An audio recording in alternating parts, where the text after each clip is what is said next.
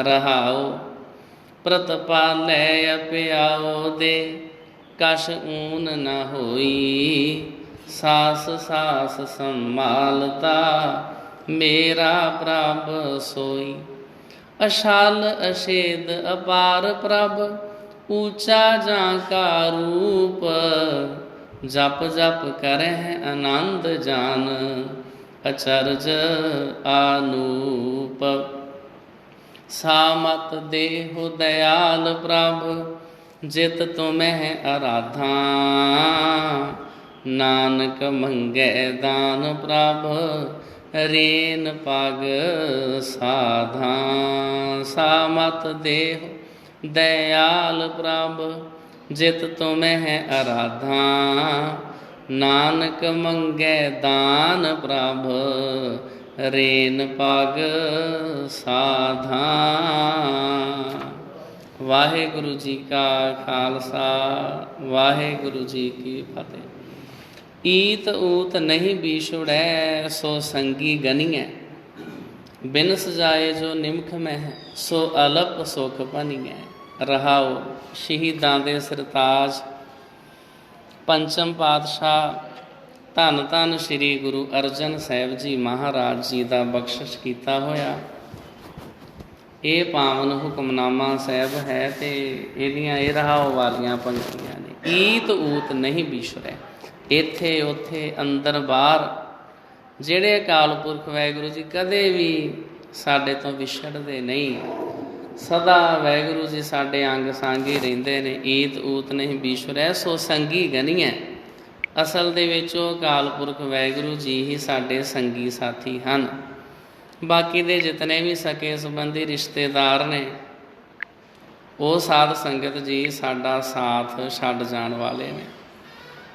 इस वास्ते अकाल पुरख वाहिगुरू जी नूं ही अपना संगी साथी बनाउणा चाहीदा है।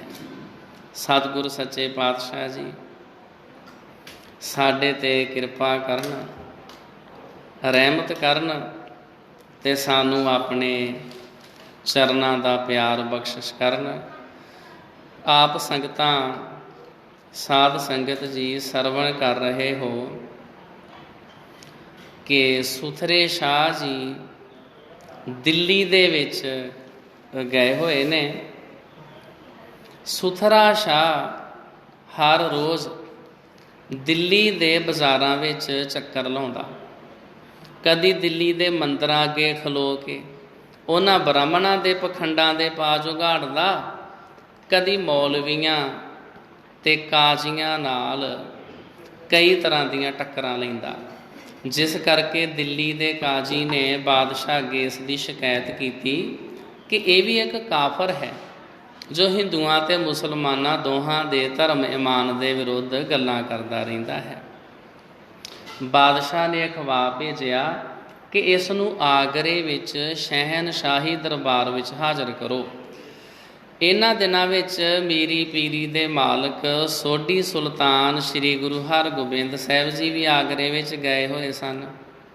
शहनशाह जहांगीर अते मलका नूर जहां बेगम ने खास तौर पर सद्दा दिता होया सी कि श्री हजूर मीरी पीरी दे मालक आगरे दी संगत नूं रब्बी बाणी दा उपदेश दे के उन्हां दे दिलां दे भरम दूर करन।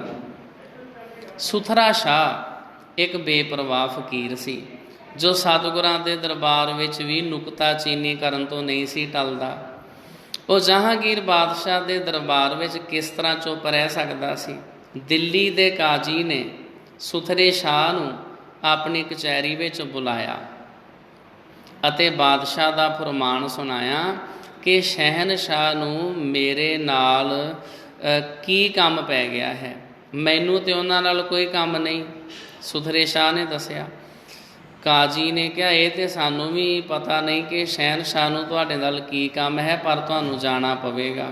जे तुसीं आप ना जाओगे तो सानू गिरफ्तार करके सिपाहियां दी निगरानी हेठ भेजना पवेगा। इस नालों होर चंगी गल किहड़ी हो सकती है। मैं इकल्ला किस तरह जा सकदा हाँ। घट्टो घट्ट 4-5 सिपाही मेरे नाल अगे पिछे मेरे रखवाले बन के तुरन।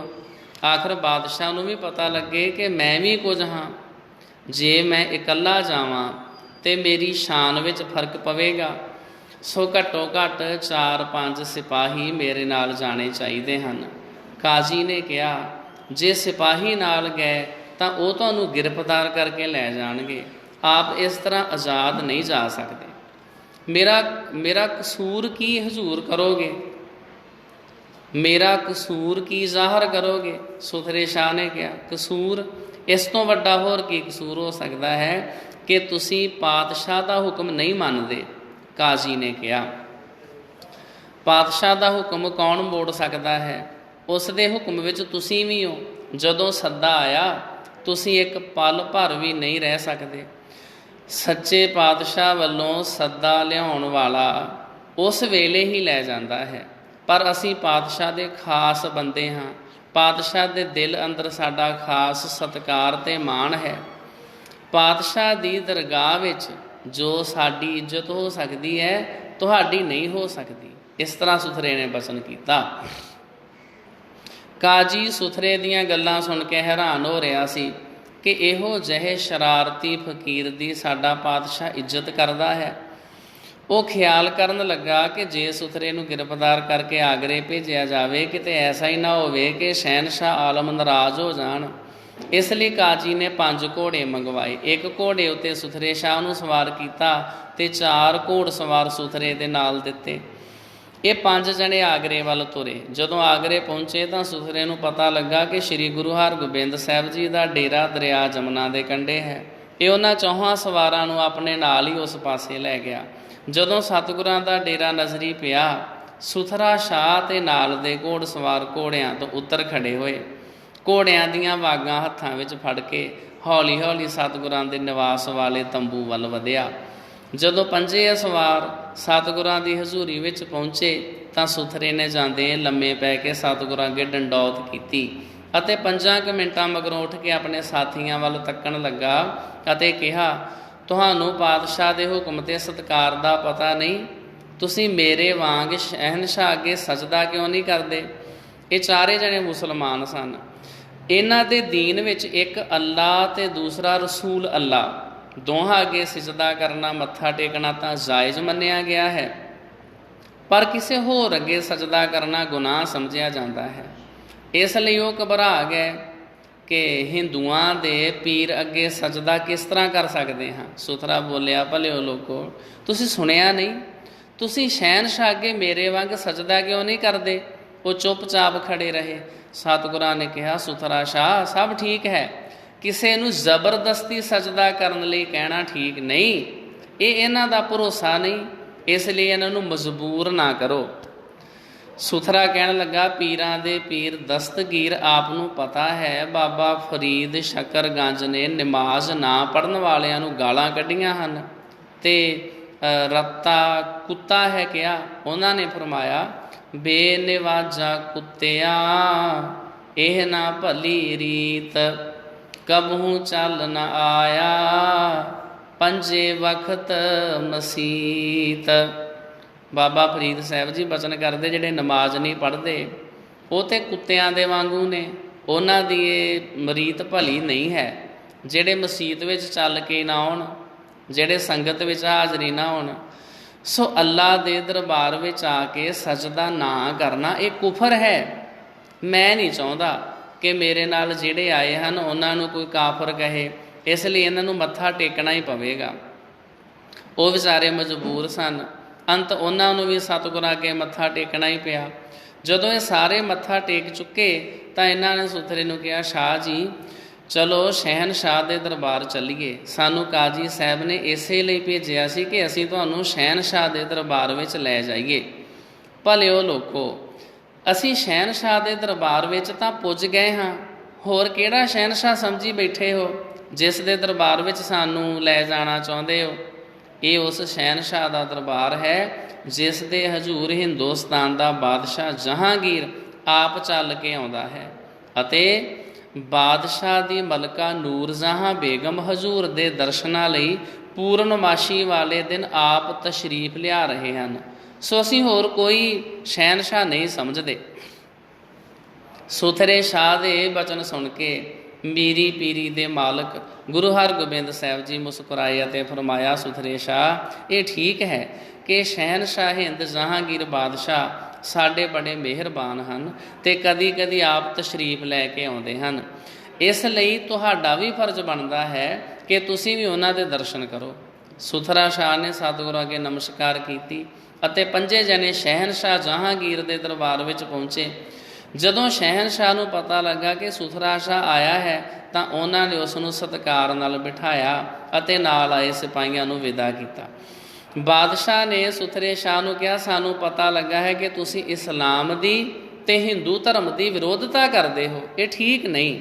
ਸੁਥਰੇ ਨੇ ਕਿਹਾ, ਸਰਕਾਰ, ਅਸੀਂ ਧਰਮ ਜਾਂ ਈਮਾਨ ਦੀ ਵਿਰੋਧਤਾ ਨਹੀਂ ਕਰਦੇ, ਸਗੋਂ ਪਖੰਡ, ਬੇਇਨਸਾਫੀ ਅਤੇ ਕੁਫਰ ਦੀ ਵਿਰੋਧਤਾ ਕਰਦੇ ਹਾਂ। ਖੁਦਾ ਅੱਗੇ ਸਿਰ ਝੁਕਾਉਂਦੇ ਹਾਂ। ਇਨਸਾਨੀ ਜਿਸਮ ਖੁਦਾ ਦਾ ਘਰ ਹੈ, ਹਰ ਇਨਸਾਨ ਅੱਗੇ ਸਿਰ ਝੁਕਾਉਂਦੇ ਹਾਂ, ਪਰ ਖੁਦਾ ਦਾ ਘਰ ਇੱਟਾਂ ਜਾਂ ਪੱਥਰਾਂ ਦਾ ਨਹੀਂ, ਉਹ ਹਰ ਜਗ੍ਹਾ ਮੌਜੂਦ ਹੈ। ਕਾਜੀ ਸਾਹਿਬ ਨੇ ਕਿਹਾ ਸੀ ਕਿ ਤੂੰ ਖੁਦਾ ਦੇ ਘਰ ਬੇਇੱਜ਼ਤੀ ਕਰ ਸਕਦਾ ਹੈ। ਸਗੋਂ ਕਾਜੀ ਸਾਹਿਬ ਨੇ ਇਸ ਮੇਰੇ ਸਰੀਰ ਖੁਦਾ ਦੇ ਮੰਦਰ ਦੀ ਬੇਇੱਜ਼ਤੀ ਕੀਤੀ ਆ। ਉਹਨਾਂ ਨੇ ਕੁਫਰ ਕੀਤਾ ਹੈ ਅਤੇ ਉਹਨਾਂ ਨੂੰ ਇਸ ਦੇ ਵੰਡੇ ਸਜ਼ਾ ਮਿਲਣੀ ਚਾਹੀਦੀ ਆ। ਸੁਥਰੇ ਦੀਆਂ ਖਰੀਆਂ ਸੁਣ ਕੇ ਸ਼ਹਿਨਸ਼ਾਹ ਹਿੰਦ ਜਹਾਂਗੀਰ ਬਾਦਸ਼ਾਹ ਹੱਸ ਪਏ ਅਤੇ ਕਿਹਾ, ਜੋ ਮੁਰਾਦ ਚਾਹੋ ਮੰਗ ਲਵੋ। ਸੁਥਰੇ ਨੇ ਕਿਹਾ, ਇੱਕ ਹੁਕਮਨਾਮਾ ਲਿਆ ਦਿਓ ਕਿ ਸਾਰੇ ਮੁਲਕ ਵਿੱਚ ਜਿਸ ਹਕੀਮ ਕੋਲ ਜਾਂ ਦਵਾ ਦਾਰੂ ਦੱਸਣ ਵਾਲੇ ਕੋਲ ਮੈਂ ਜਾਵਾਂ, ਉਹ ਆਪ ਦੇ ਹੁਕਮ ਅਨੁਸਾਰ ਇਸ ਫਕੀਰ ਨੂੰ 1 ਰੁਪਇਆ ਭੇਟਾ ਕਰੇ। ਬਾਦਸ਼ਾਹ ਨੇ ਮੀਰ ਮੁਨਸ਼ੀ ਕੋਲੋਂ ਇੱਕ ਹੁਕਮ ਲਿਖਵਾ ਕੇ ਦੇ ਦਿੱਤਾ। ਸੁਥਰੇ ਸ਼ਾਹ ਨੇ ਬਾਦਸ਼ਾਹ ਦਾ ਧੰਨਵਾਦ ਕੀਤਾ ਅਤੇ ਹੁਕਮਨਾਮਾ ਲੈ ਕੇ ਪਹਿਲਾਂ ਆਗਰੇ ਦੇ ਬਾਜ਼ਾਰਾਂ ਵਿੱਚ ਫਿਰਨ ਲੱਗਾ। ਕਿਸੇ ਕੋਲ ਜਾ ਬੈਠੇ ਕਿ ਮੈਨੂੰ ਫਲਾਨਾ ਰੋਗ ਆ, ਉਹ ਅੱਗੋਂ ਨੁਸਖਾ ਦੱਸ ਦੇਵੇ। ਇਹ ਉਸੇ ਨੂੰ ਫੜ ਬੈਠੇ ਕਿ ਤੂੰ ਹਕੀਮ ਹੈ, ਮੈਨੂੰ ਨੁਸਖਾ ਦੱਸਿਆ ਹੈ, ਇਹ ਬਾਦਸ਼ਾਹ ਦਾ ਹੁਕਮਨਾਮਾ ਹੈ, ਇਸ ਲਈ 1 ਰੁਪਈਆ ਦੇ ਦਿਓ। ਬਾਦਸ਼ਾਹ ਦਾ ਹੁਕਮ ਹੈ ਵੀ ਜਿੰਨੇ ਵੀ ਵੈਦ ਹਕੀਮ ਉਹ ਸਾਰੇ ਤੈਨੂੰ 1 ਰੁਪਈਆ ਦੇਣਗੇ। ਇਸ ਤਰ੍ਹਾਂ ਹਰ ਇੱਕ ਹਕੀਮ ਕੋਲ ਚਲਾ ਜਾਵੇ ਅਤੇ ਹਰ ਰੋਜ਼ ਕਿਸੇ ਨਾ ਕਿਸੇ ਕੋਲੋਂ ਆਪਣੇ ਖਰਚ ਲਈ ਰੁਪਈਆ ਲੈ ਲਵੇ। ਇਸ ਤਰ੍ਹਾਂ ਸੁਥਰੇ ਸ਼ਾਹ ਨੇ ਆਪਣੇ ਖਰਚ ਲਈ 1 ਰੁਪਇਆ ਪ੍ਰਾਪਤ ਕਰਨ ਦਾ ਢੰਗ ਬਣਾ ਲਿਆ। ਇੱਕ ਦਿਨ ਸੁਥਰਾ ਸ਼ਾਹ ਦਿੱਲੀ ਦੇ ਇੱਕ ਸੇਠ ਕੋਲ ਚਲਿਆ ਗਿਆ।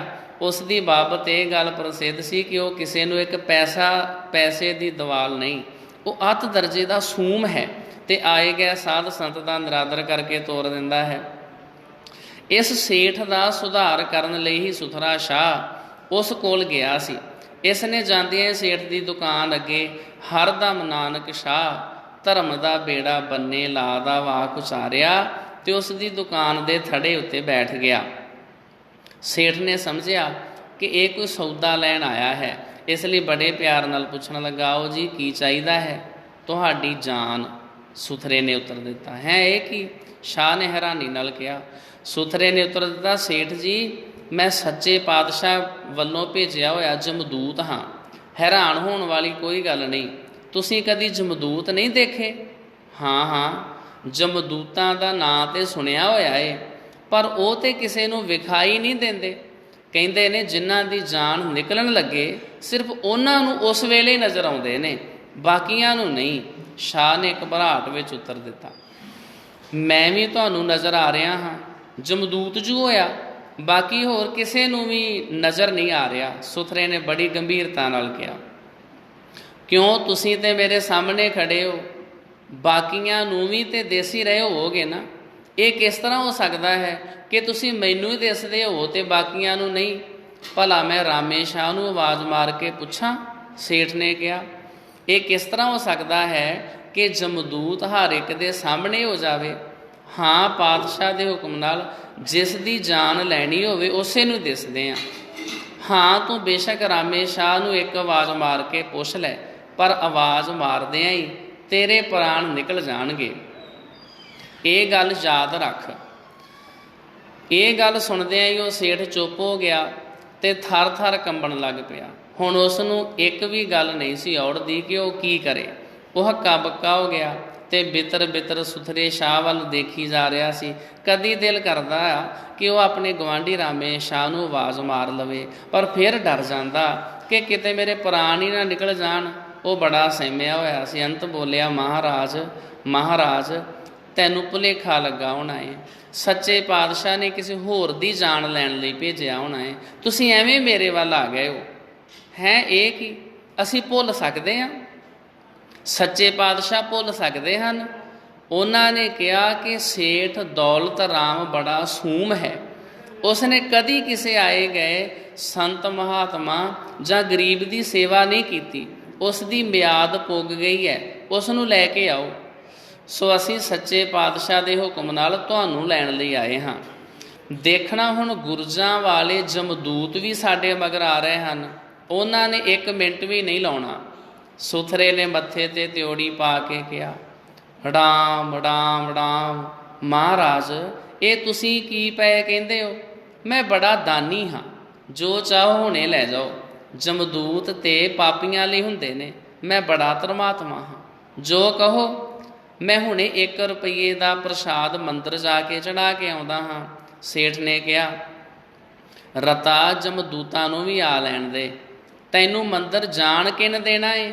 ਦੇਖ ਤੈਨੂੰ ਤੇ ਕਿਸੇ ਨੇ ਘਰ ਵੀ ਨਹੀਂ ਜਾਣ ਦੇਣਾ, ਤੇਰੇ ਘਰ ਵਾਲੇ ਇੱਥੇ ਹੀ ਆਉਣਗੇ। ਅਜੇ ਸੁਥਰਾ ਸ਼ਾਹ ਇੰਨੀ ਗੱਲ ਕਹਿ ਹੀ ਰਿਹਾ ਸੀ ਕਿ ਇੱਕ ਕਾਲਾ ਜਿਹਾ ਪਠਾਨ ਉਸ ਸੇਠ ਦੀ ਹੱਟੀ ਅੱਗੇ ਸੌਦਾ ਲੈਣ ਆ ਗਿਆ। ਸੇਠ ਚੀਕ ਮਾਰ ਕੇ ਪਿੱਛੇ ਡਿੱਗ ਪਿਆ। ਸੁਥਰੇ ਨੇ ਉਸ ਨੂੰ ਬਾਹੋਂ ਫੜ ਕੇ ਉਠਾਇਆ ਤੇ ਕਿਹਾ, ਆਪਣੀ ਧਰਮ ਦੀ ਕਮਾਈ ਵਿੱਚੋਂ 1.25 ਰੁਪਈਆ ਹਰ ਰੋਜ਼ ਦਾਨ ਕਰਿਆ ਕਰ, ਫੇਰ ਤੇਰੀ ਉਮਰ ਵੱਧ ਜਾਏਗੀ। ਸੇਠ ਨੇ ਉਸੇ ਵੇਲੇ 1.25